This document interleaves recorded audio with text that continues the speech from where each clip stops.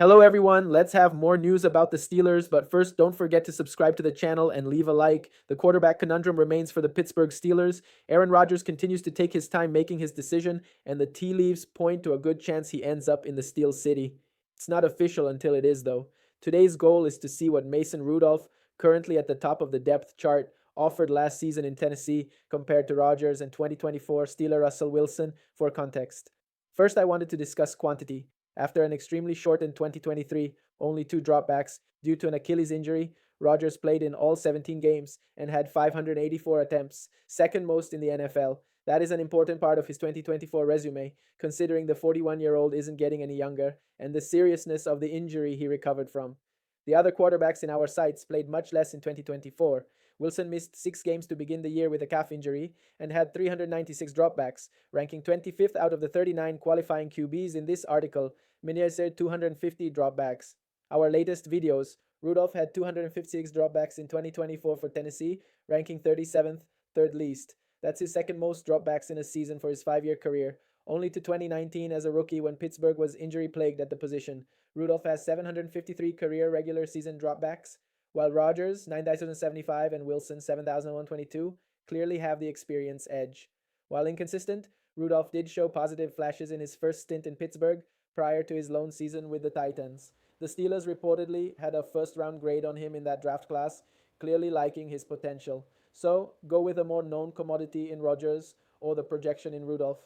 Let's dive into some recent stats. Now let's go to another video. Don't forget to leave a like.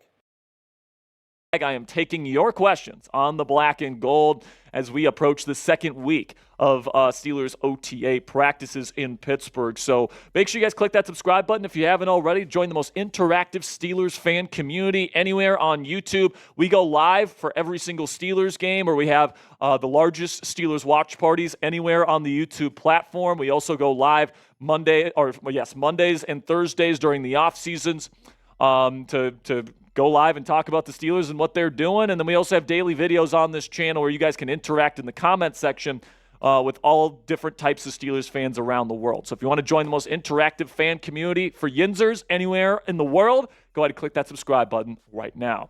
We'll start today's mailbag with a $5 super chat from my man Meximander. Says what the Steelers should do is trade for a wide receiver and then trade for a quarterback, and let's forget about Rodgers. It's not going to happen. Well, I mean, Rodgers certainly is putting out a lot of indicators that it is going to happen. He even said in a public Q&A last week that, there's a team that plays in Chicago on the road. And in that same Q&A, he said, I'm not going to the Saints. Like, he made it abundantly clear which teams he's not going to, and he was very coy when people asked him about the Pittsburgh Steelers. So I think he's going to sign there. I just think he doesn't want to sign during voluntary workouts because he doesn't want to attend them. He's a 41-year-old quarterback.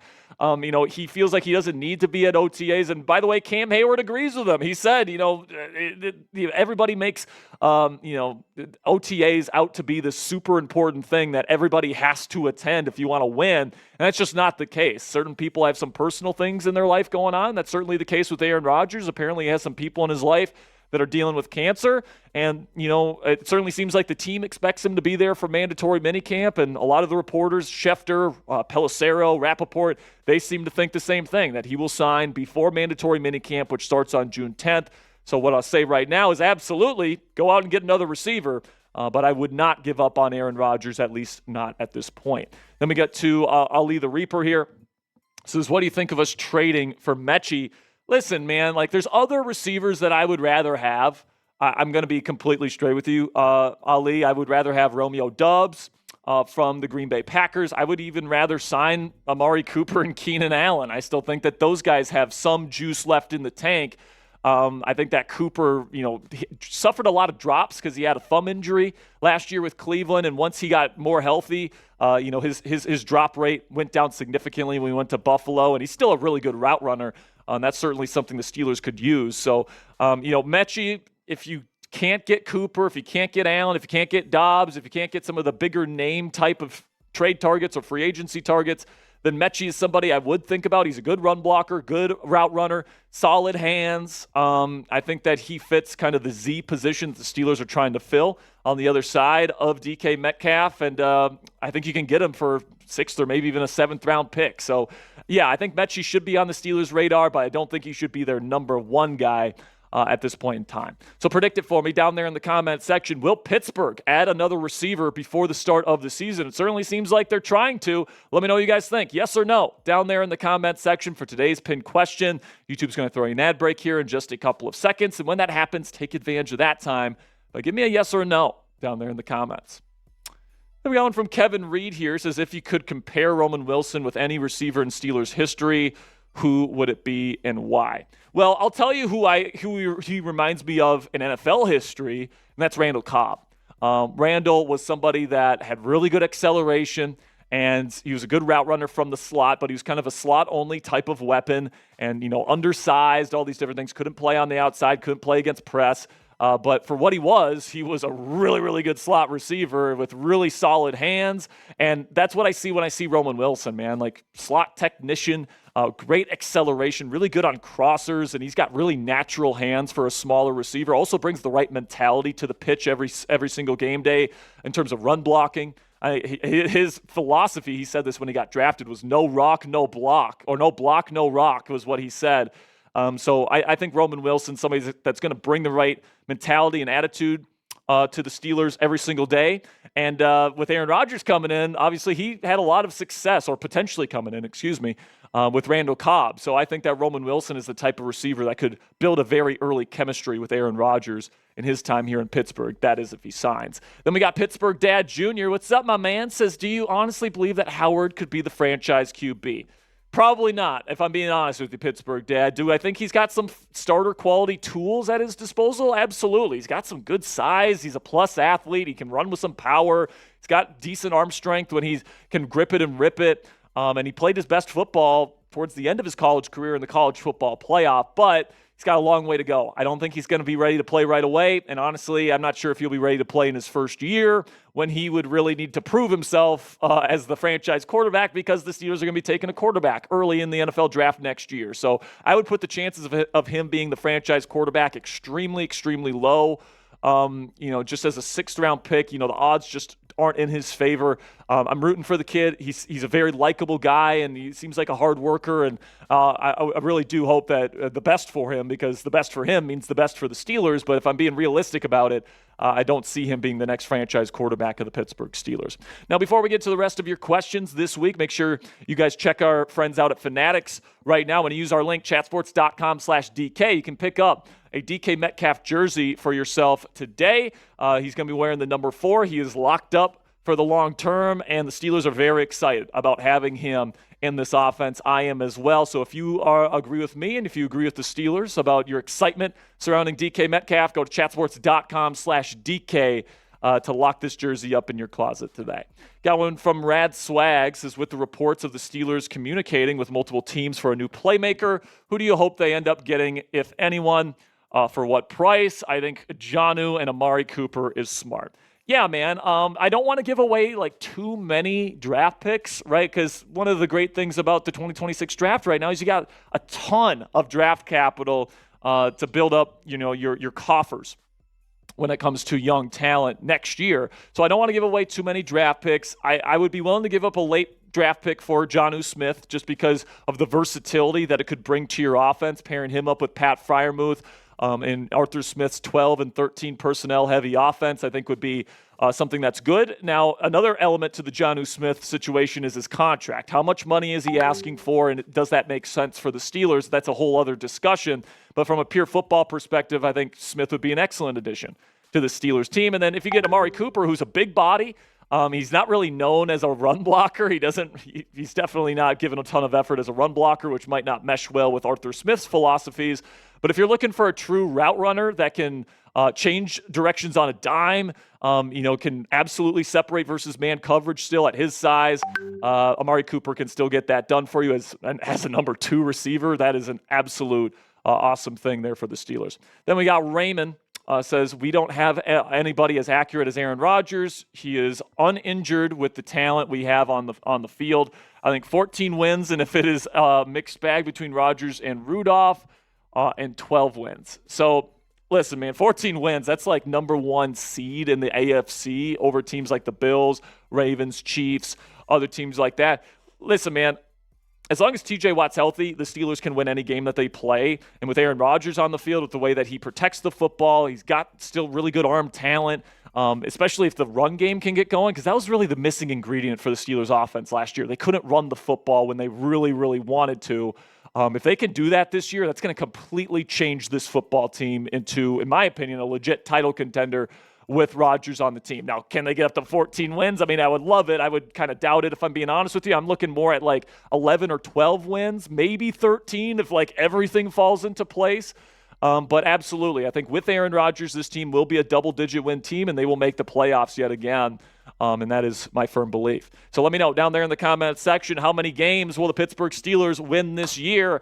I think with Rodgers, you can win 10 or 11, maybe 12. Let me know what you guys think down there in the comment section. With that, that'll end this week's mailbag here on Steelers Talk. So make sure you click that subscribe button if you haven't already. We really do appreciate all of your guys' support. This is a team that's obviously been involved with a lot of news this offseason, a lot of big-time moves, a lot of big-time question marks at all the glamour positions. But if you listen to one Steelers veteran, I think the most important Steelers veteran, there's one particular addition, one rookie who's off to a great start. We'll get into that report in just 1 second. But first, I'm Nick, that is Andrew, and this is Saturday Morning Inspection.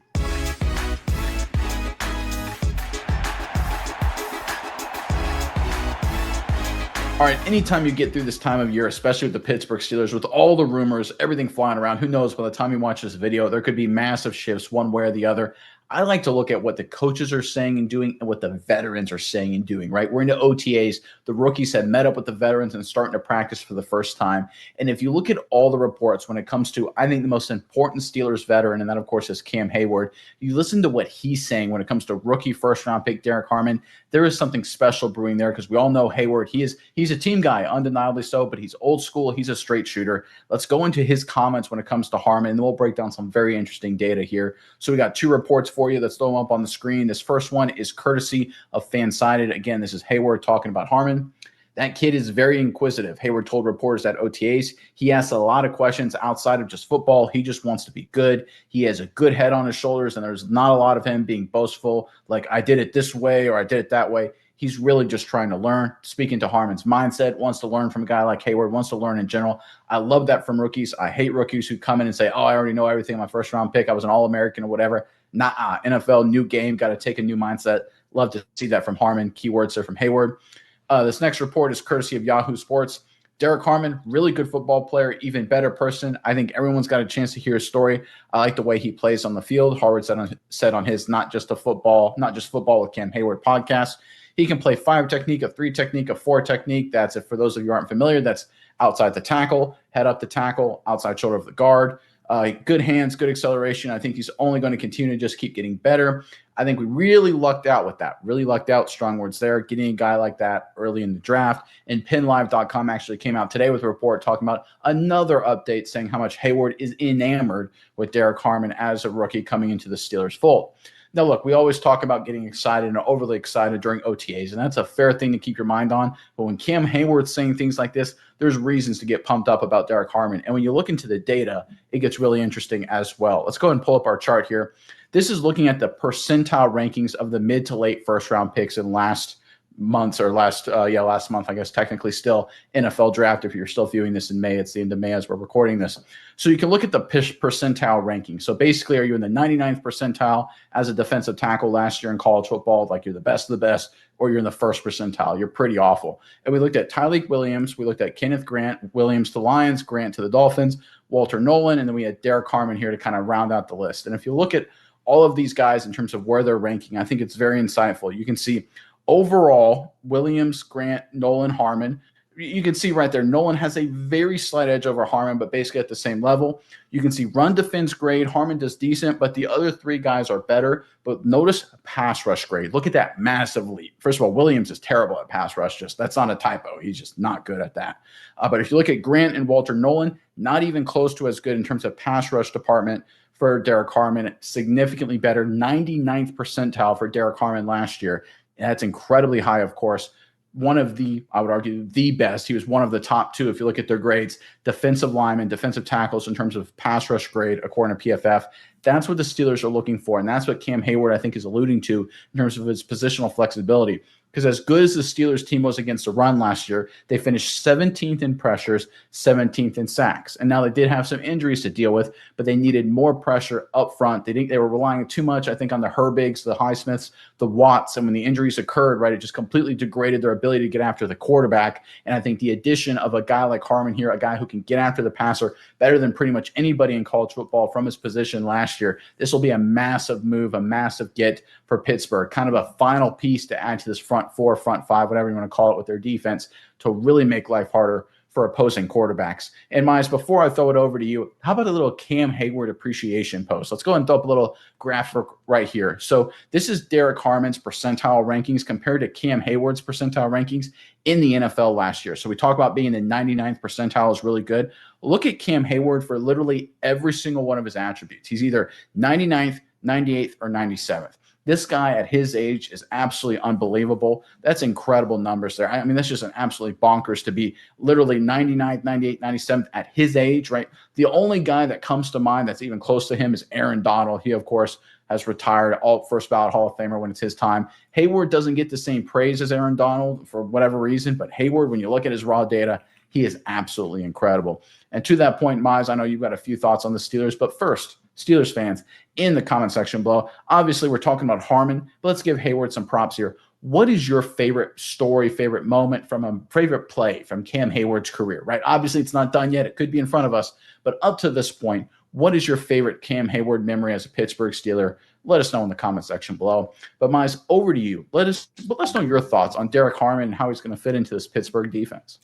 Yeah, and again, quickly first on one of your points, Cam Hayward, 2 years, almost 3 years older than Aaron Donald anyways, and Donald's been out of the league for one more year, so pretty crazy he's still doing it at such a high level. And I think that was the first thing that jumped to my attention is when you hear Cam Hayward and you look at this, I guess being in a 3-4, can we call it a front five, or how? I don't know how you would classify it, but the Steelers front, 7 with the 2 edge rushers, outside linebackers dropping down. You have the 3 down defensive linemen. When you look at that unit now, it is something to behold. They have some of the best pass rushers in every facet of the game. Now, you have Highsmith, you have Watt, who are absolutely incredible. You have Cam Hayward, who, through your graph, 99th percentile. This is a guy who is the 3rd best interior defensive lineman at rushing the passer last season. Absolute phenomenal 85.9 grade there. Keanu Benton, the young guy, doing really good as well at a 76.8 pass rushing grade last season. So that's something he really excels at as well. And then you have Derek Harmon, the young gun guy coming in here. This Pittsburgh the front 5 of this team is absolutely incredible. It is something to behold, and I think it's going to strike fear into the hearts of quarterbacks when you have guys like this, because Derek Harmon, I think he brings something special to this team. I think he's going to be your next. It's very early on, but you got to look for a succession plan. You have to have your next Cam Hayward. Now, I don't know if he's going to bring the same leadership abilities, the same heart to this Pittsburgh team, but skill-wise, what he does as far as being a really strong pass rusher in the middle, this is a guy that can do a lot of really good stuff for Pittsburgh. And you look at, just size-wise, everything like that, Cam Hayward, 6'5", 295, Derek Harmon, 6'5", 310 pounds. They're similar-sized guys. They fits the same mold. I think this is your new Cam Hayward succession plan because, as I said, Cam Hayward, he's getting up there. He's still playing at an incredibly high level as far as being 36 years old. But I think that, he's got another good year or two in him, but eventually the guy's got to retire. He can't play forever at this point. It's getting a little bit ridiculous. But Harmon, I think you found a guy here that can slot in, and after a year or two playing under Cam Hayward's wing, seeing what he's able to do, I don't think you miss Cam Hayward that much if Harmon can live up to his potential. I know it's tough to say. You probably missed the leadership, but the performance, the level of play, what Harmon can bring to this defense, I think Steelers fans are going to love it. I think they're going to really enjoy having him on this team because this is a guy who fits perfectly in the mold of what Cam Hayward does. And I think as a young guy, having Cam Hayward to learn from to be like Cam Hayward, what better model is there going to be? And I think the Steelers got an absolute win. I know it was a first round pick, and it's hard to call a first round pick a steal, but this guy was an absolute successful draft pick for me for the Pittsburgh Steelers. Yeah, and if you look at the Pittsburgh Steelers PFF grades, if specifically pass rush, and I know you Steelers fans, I hear from you guys every time I bring up PFF. Oh, I hate them. Fair. Okay, let's put that to the side. What was interesting with Pittsburgh is that they had sort of like this crazy sort of pendulum in terms of how good they were at getting after the passer. They were incredible grades, incredible numbers, like you mentioned, but they also had a lot of guys that were very, to be honest, not living up to the expectation. So they had so at the top of their list, TJ Watt, Cameron Hayward, Keanu Benton in terms of pass rush snaps, right? Those three guys, 90, 86, 77, respectively, right? Pretty good. But then you have Larry Ogunjobi, who grades out in the 50s, right? So you have elite, and then you have not elite. You have an F. You have failure, right? And I think that's what the Steelers are trying to address with Harmon. Then it goes on, Highsmith and Herbig. They averaged between the two, Highsmith 89, Herbig 91. That's really good. Then right after that, you got Loudermilk with 55, and then Montravius Adams was 61, and Preston Smith was 61, right? So you have elite, you have great, you have fantastic, but you have too much of terrible paired with it, right? And I'm not trying to, diss any of those guys. It's just what the numbers say. I'm just saying what the numbers are according to PFF. So if you look at where the Steelers are, really good at Madden rushing. Monday podcast with Mark Madden of Trib Live and 105.9 The X will be off next week. I'll be back with Madden again on June 16th. That's when Madden Ben's Unfiltered will come back as well. That certainly feels like a long time from now. One question I have heading into the 2-week break is whether or not Aaron Rodgers will finally be the starting quarterback of the Steelers by the time we return. Mandatory minicamp starts June 10th. However, it's only mandatory if a player is under contract by then, and Rodgers is not. As a result, Madden doesn't see the reason for Rodgers to sign at this point. I think the purpose of him not signing for this long was to avoid OTAs and minicamp, Madden said during this week's edition. Once that's done then, yeah, he'll probably sign, but it really does make you wonder if this could yet fall through, how long it's taking, and how Aaron Rodgers is going totally dark. Very incommunicado. Madden says Rodgers' willingness to play out this extended waiting game should bring his motivation into question. It's not a matter of what he's obligated to do. It's a matter of what he should be doing, Madden stressed. It's a matter of his commitment level and a matter of whether we can rightly assume that his commitment will even be there after he signs, whether he really wants to play at all. Because if he really wanted to play, he would have signed by now. If he really wanted to play. One thing that Madden believes Rodgers might be underestimating is how much the fans in Pittsburgh may be quietly resenting this elongated decision-making process and how that may manifest in how Rodgers is treated around here if he does eventually put on the uniform. Following this team, let alone talking about it and writing about it for a living, is just exhausting, Madden said. And you, fan, what do you think about Aaron Rodgers' situation? Leave your opinion in the comments.